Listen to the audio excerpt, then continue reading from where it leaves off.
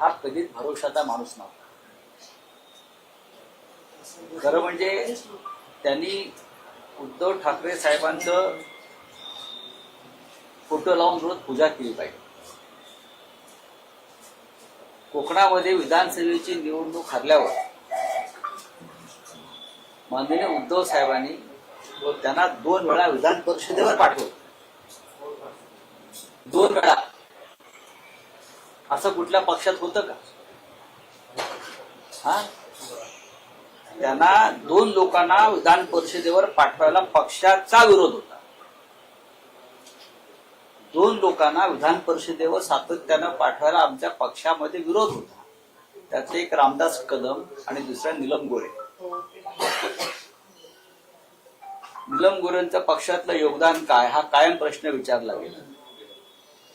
आणि रामदास कदम यांना इतके वर्ष संधी मिळालेली आहे, आमदार मंत्री, त्यांना वारंवार आपण विधान परिषदेवरती का पाठवता असा उद्धव ठाकरेंना पक्षातून प्रश्न विचारले गेले. तरीही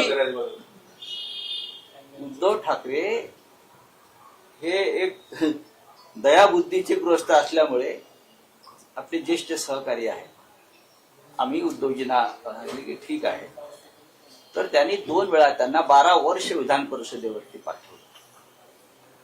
आता अशा माणसांना कृतज्ञ राहायला पाहिजे ठाकरे कुटुंबात. पण आता यांना आता हे गरजी ओकतायत.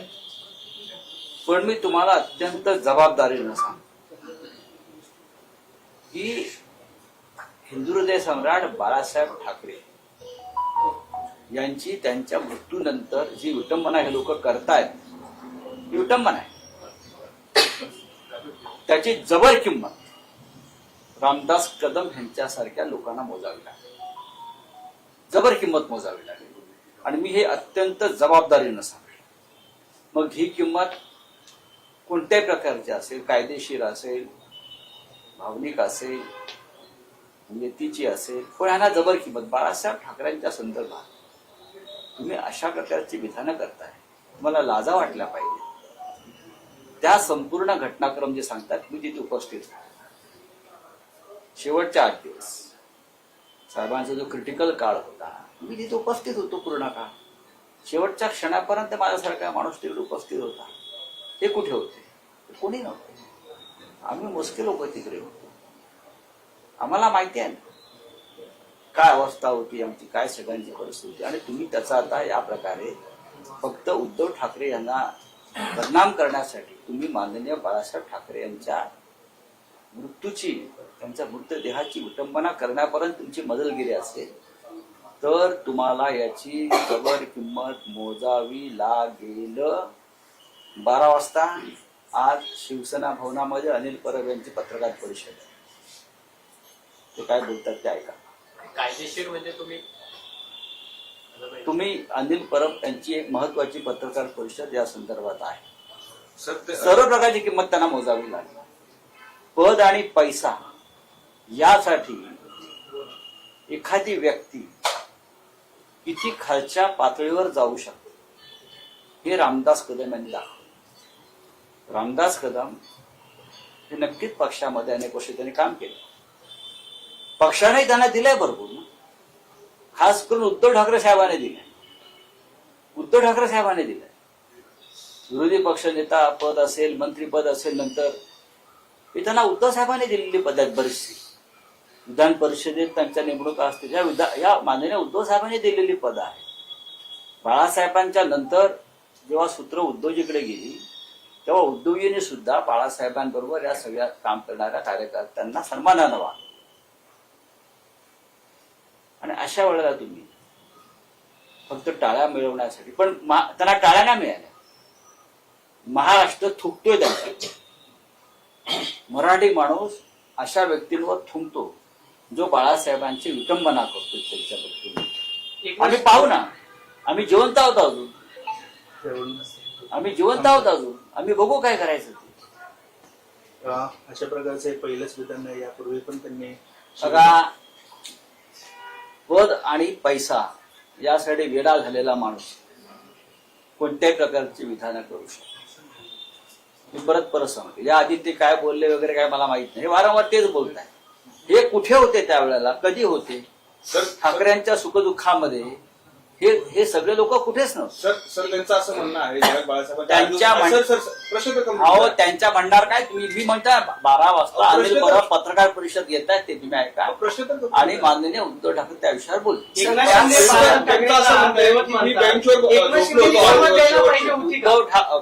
जे पक्ष सोडून गेलेले आहेत ते बाळासाहेब ठाकरेंना कधीच दैवत मानू शकत नाही. एकनाथ शिंदेपासून जे काय आता लोक भाजपच्या चरणी विलीन झालेले आहेत, मोदींच्या चरणी विलीन झाले आहेत, अमित शहाच्या जोड्यांची पूजा करतात शस्त्र म्हणून.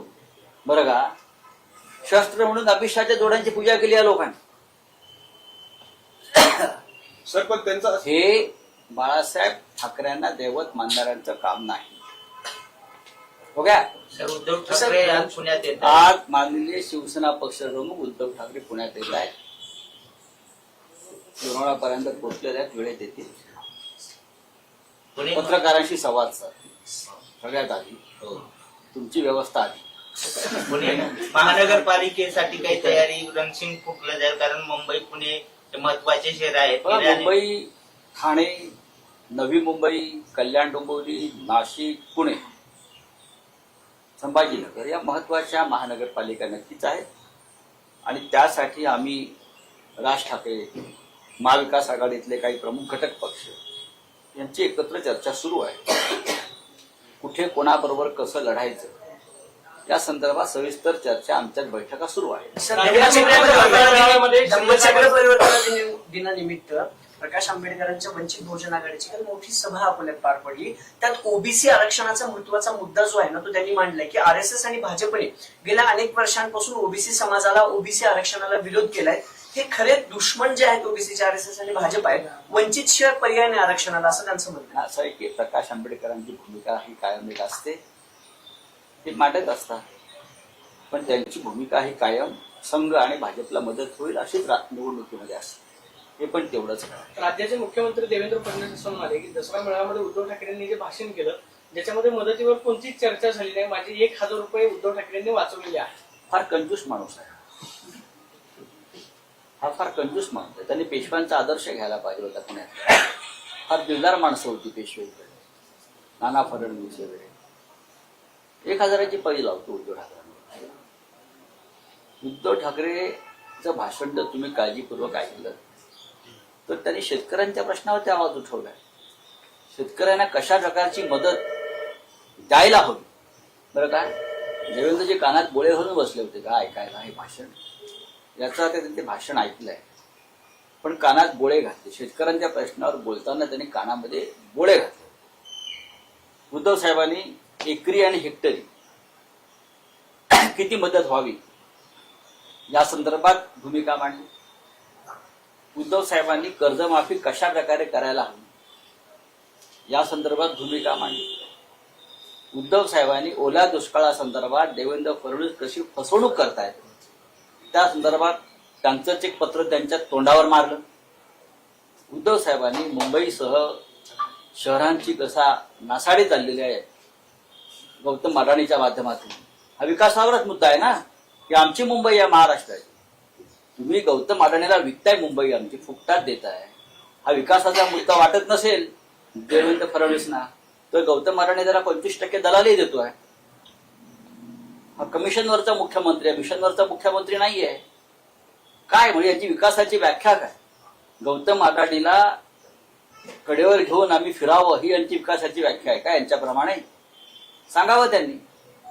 उद्धव ठाकरेंचं भाषण त्या दिवशीचं हे सुपरहिट भाषण होतं. विकासावर ते बोलले. त्यांनी भाजपचा आणि संघ परिवाराचा बुरखा फाडला, मुंबई लुटणाऱ्यांचा बुरखा फाडला. देवेंद्रजी सारख्या लोकांना हे असं आवडणार नाही ऐकायला. त्यांना सत्य ऐकण्याची सवय नाही. हे सगळे लाचार लोक आहेत. आदित्य ठाकरे तुमचं सरकार होतं, आदित्य ठाकरेंनी एक निर्णय घेतलेला होता मुंबईत नाईट लाईफ विषय म्हणजे 24 तास हॉटेल मग तो आता या सरकारने घेतला. त्यावेळेस तुमच्यावर टीका करण्यात आलेली होती. याच सरकार बोगस लोक आहेत हे आता बोगस लोक आहेत ना. मी जे म्हणतो हे डुप्लिकेट लोक आहेत, बोगस लोक आहेत, ते भंपक लोक आहेत. या भारतीय जनता पक्षाच्या लोकांवरती शहाण्या माणसाने विश्वास ठेवू नये. मुळात हा पक्षच नाही, ती राज्य आणि देश लुटणारी एक टोळी आहे.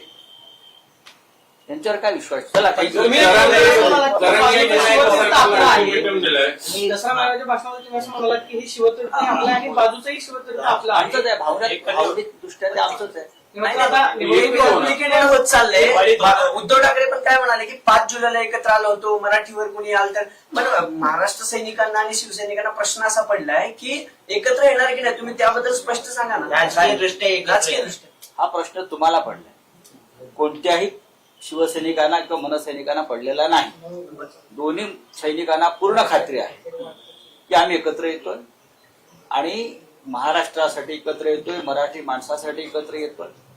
कोणाला शंका, कोणाच्या मनात शंका नाही. राहुल साहेब, जरांगे जातीवाचक बोलतात, मराठा आरक्षणाचा मुद्दा लढा योग्य आहे त्याचं, पण ज्या पद्धतीने त्यांनी ते दसरा मेळाव्यात भाष्य केले एका जातीवरती, हे मान्य आहे का तुम्हाला संपादक म्हणून? याच्यावरती मुख्यमंत्र्यांनी जास्त भूमिका व्यक्त केली पाहिजे, कारण ते राज्याचे गृहमंत्री. राज्याच्या गृहमंत्र्यांनी या संदर्भात परखड भाष्य केलं पाहिजे. पडळकर काय बोलतायत, त्यांचे इतर लोक काय बोलतायत, हे गृहमंत्र्याचं काम आहे, मुख्यमंत्र्याचं काम. या राज्यातल्या कायद्याचे रखवालदार आहेत. आम्ही यशवंतराव चव्हाणांपासून आतापर्यंत उद्धव ठाकरेपर्यंत अनेक मुख्यमंत्री पाहिलेले. इतका बोलचट आणि खुलचट मुख्यमंत्री महाराष्ट्राने कधी पाहिला नव्हता. त्यांना फक्त शिवसेनेला कसं खतम करता येईल हा एक अजेंडा ते राबवत आहेत आणि मराठी माणसाची जास्तीत जास्त कशी अवहेलना करता येईल या पलीकडे त्यांचं खातं कोणतेही काम करत नाही. महाराष्ट्रात असंख्य प्रश्न आहेत, काय करतायत? मुख्यमंत्र्यांनी ओबीसी नेत्यांची बैठक बोलवली आहे. सगळे प्रश्न जो झाला परवा एकनाथ शिंदे यांचा नेस्कोमध्ये, त्याच्यामध्ये जो दरवाजा होता तो लॉक करण्यात आलेला होता, म्हणजे नागरिकांना बाहेर जायचं होतं पण जाता येत नव्हतं अशी मुळात तो दसरा मेळावा नव्हता. मी वारंवार सांगतो, दसरा मेळावा मुंबईमध्ये फक्त बाळासाहेब ठाकरे यांच्या शिवसेनेचा असेल. तिथे शस्त्रपूजा होते, तिथे राज्याला देशाला एक मार्गदर्शन केलं जातं, तो शिवतीर्थावर होतो. आता बाकी इतर लोक काय कुठे काय सभा विभाग घेत असतील, मेळावा काय नसतं. लोकांना बाहेर जायला लागली होती, भाषिक परिस्थिती एक दिवस लोक त्यालाही कोंडून ठेवणार आहेत. एकनाथ शिंदे आणि त्यांच्या लोकांना बाहेर जाऊ देणार नाहीत आणि मग ते येतील असे. ते कुठला सिनेमा तो शहनशाह मध्ये. परत एकदा निवडणूक पार्श्वभूमीवर पंतप्रधान आणि गृहमंत्री राज्याच्या दौऱ्यावर आहेत या आठवड्यामध्ये. मुंबईमध्ये येत आहेत. नवी मुंबई विमानतळ असेल, मेट्रो 3च्या कामाचं उद्घाटन करतात. तुम्ही मागणी केली होती की मराठवाड्यामध्ये येऊन एकदा पूरग्रस्त स्थितीची पाहणी करून आले का? आम्ही विकासावर बोलावं अशी अपेक्षा आहे ना मुख्यमंत्र्यांची. त्यांनी त्यांच्या प्रधानमंत्र्याला सांगावं. राऊत साहेब, लाडक्या मी सांगतो ना, खरं म्हणजे मराठवाड्यातल्या शेतकऱ्यांसाठी त्यांनी पॅकेज जाहीर करणं गरजेचं होतं दिल्लीतून. पण प्रत्येक गोष्टीचं राजकारण करायचं असल्यामुळे प्रधानमंत्री मुंबईत कधी येतात म्हटलं तुम्ही? पुढच्या 2 आठवड्यात. पुढल्या 2 आठवड्यात येऊन ते स्वतःच काहीतरी एखादी घोषणा करण्याची शक्यता. राजकारण बाकी काही नाही. आज शेतकरी मरतोय त्याला काय नाही, 15 दिवसाने मी येईन, 20 दिवसाने मी येईन आणि त्यानंतर महिने देन या असं काहीतरी ते घोषणा करून ते राजकारण करतील. आणि खरं म्हणजे राज्याच्या मुख्यमंत्र्यांना पण जिथे बेशर्मीचा अंत होतो तिथे भाजपचं राजकारण सुरू होतं. बेशर्मी. सर, बिहारच्या राजकारणाच्या पार्श्वभूमीवर 10,000 रुपये लाडक्या बहिणीला द्यायचा विचार केलाय. झाली बाकी आता. नाही सर, मागच्या निवडणुकीत आठवत असेल की पंतप्रधानांनी बिहारच्या भाषणात 1 लाख किती देऊ, 60,000 रुपये नाही, पण मराठवाड्याला मात्र दुजाभाव केला जातोय का? कारण एकही पॅकेज, एकही रुपयाचं मराठवाडा काय, मी महाराष्ट्राच्या बाबतीत, मुंबईच्या बाबतीत तर सांगतोय, मी पुण्याच्या बाबतीतही बोलेल. या पुण्याच्या मेट्रोच्या कामामध्ये भारतीय जनता पक्षाच्या लोकांनी 12,000 कोटी रुपये खाल्ले. हे माहिती आहे का तुम्हाला? मेट्रोची कामं कंत्राट कोणाला मिळाली आहेत? चेक करा. 12,000 कोटी रुपयाचा मलिदा भारतीय जनता पक्षाच्या आणि 2 शिंदे गटाचे लोक आहेत त्याच्या. हा 12,000 कोटी रुपयाचा मलिदा पुण्यातल्या मेट्रोच्या कामामध्ये या 4-5 लोकांनी खाल्लेला आहे. तुम्ही पाटील सर, पुण्याच्या गुन्हेगारीवर पण बोलले होते. अजून तर ते काही पुण्यात कमी निलेश होत गायवळ नाही. जो गायवळ सारखा एखादा गुंडा आहे. गुन्हेगार बघा पुण्यातलं जे प्रशासन आहे ते 3 टोळी प्रमुखांनी वाटून घेतले. पुण्यातलं प्रशासन, गृहमंत्री एक टोळी चालवतात महाराष्ट्राचे, त्यांनी त्यांचा पोलीस कमिशनर नेमला, कळलं. त्यानंतर नगरविकास मंत्र्यांची एक टोळी आहे, त्या टोळीला त्यांचा पालिका आयुक्त नेमला. आणि तिसरी टोळी अजितदादा पवारची, त्या टोळीनं त्यांचा कलेक्टर आणि विभागीय आयुक्त. अशा तऱ्हेनं या टोळी प्रमुखांनी त्यांचे 3 इकडले मुख्य कलेक्टर्स नेमले, पैसे गोळा करणारे. अशा तऱ्हेनं या पुण्यामध्ये सगळे आबादी आबाद चालू आहे. हे 3 टोळी प्रमुख आहेत आणि ते पुणे चालवत आहे. आणि त्यासाठी त्यांनी इथे सुभेदार नेमले. त्यांच्याकडनं तुम्ही काय अपेक्षा करा? या पुण्यातला पोलीस आयुक्त जो आहे याची संपूर्ण कारकीर्द आपण पाहिली असेल, त्याच्या कुटुंबाची कारकीर्द पाहिली असेल, नागपूर पासून त्याची कारकीर्द पाहिली असेल, त्यांच्याकडनं कोणते भरीव काम झालेले नाही. ते भाजपचे कार्यकर्ते आहेत.